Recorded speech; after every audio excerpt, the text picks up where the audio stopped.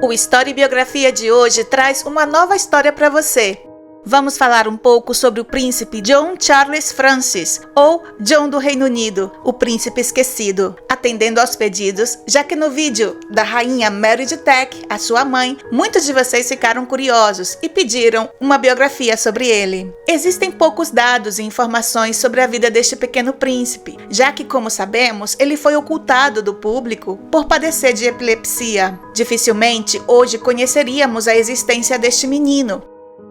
E com estas palavras, o jornal The Independent revelou a descoberta em 1998 de alguns álbuns de fotografias guardados pelo Duque de Windsor durante o seu exílio na França.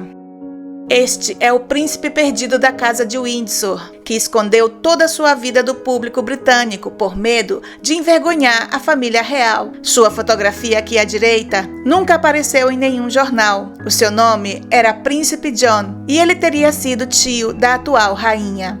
Àquela altura, o príncipe John já estava morto há quase 80 anos e era difícil reconhecer o menino loiro, vestido de marinheiro que aparecia nas fotos com a família real. Os britânicos só se lembravam de 5 dos 6 filhos que tiveram o rei Jorge V e Mary de Teck.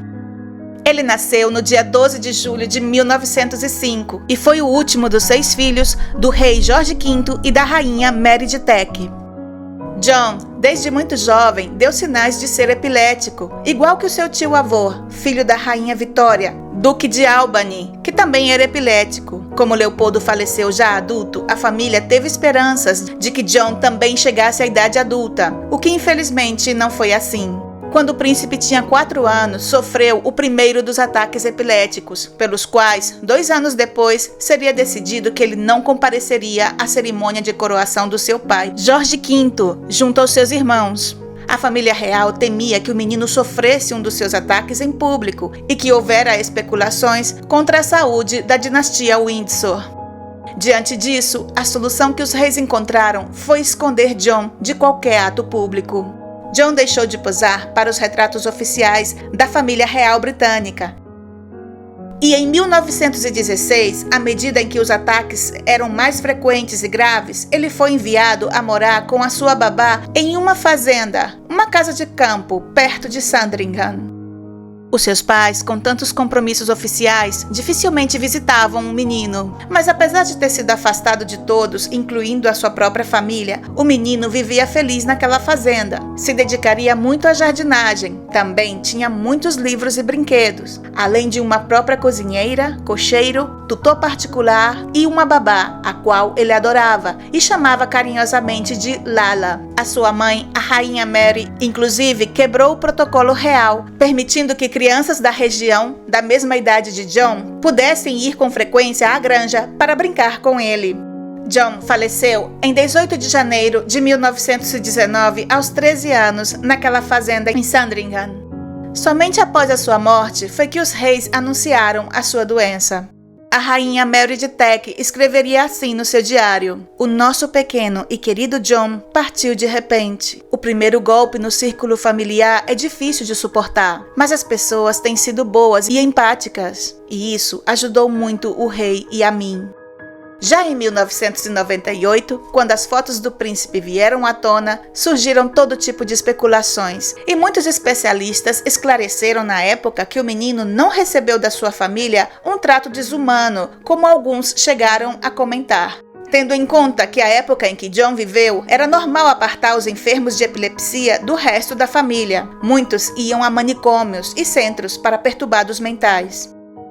Porém, em 2015, a história do príncipe escondido voltou à tona e novamente questionou a humanidade da família real inglesa, com a descoberta de uma carta em que o Duque de Windsor falava de forma bastante leviana sobre a morte de John. A carta era dirigida a uma das suas amantes. Nela, o futuro Eduardo VIII confessou que a morte do jovem príncipe foi um alívio para a família, algo pelo qual todos rezavam, lamentando que a sua irmã Maria tivesse que guardar luto durante um mês, quando ela tinha sido convidada para tantas festas.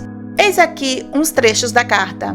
O príncipe John esteve praticamente confinado nos últimos 2 anos e ninguém o via, exceto a família, 1 ou 2 vezes ao ano.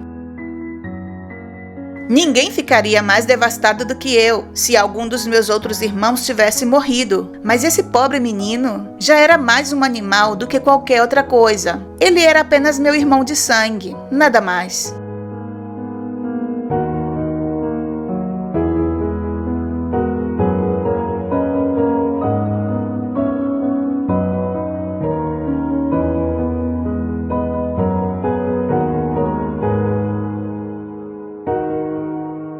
John foi sepultado em uma cerimônia privada na igreja de Santa Maria Madalena, muito perto de Sandringham, onde descansa até os dias de hoje. Com certeza foi um dos membros diretos da monarquia inglesa mais esquecidos e ignorados, já que se tem constância de que ele foi até removido de algumas árvores genealógicas da casa de Windsor.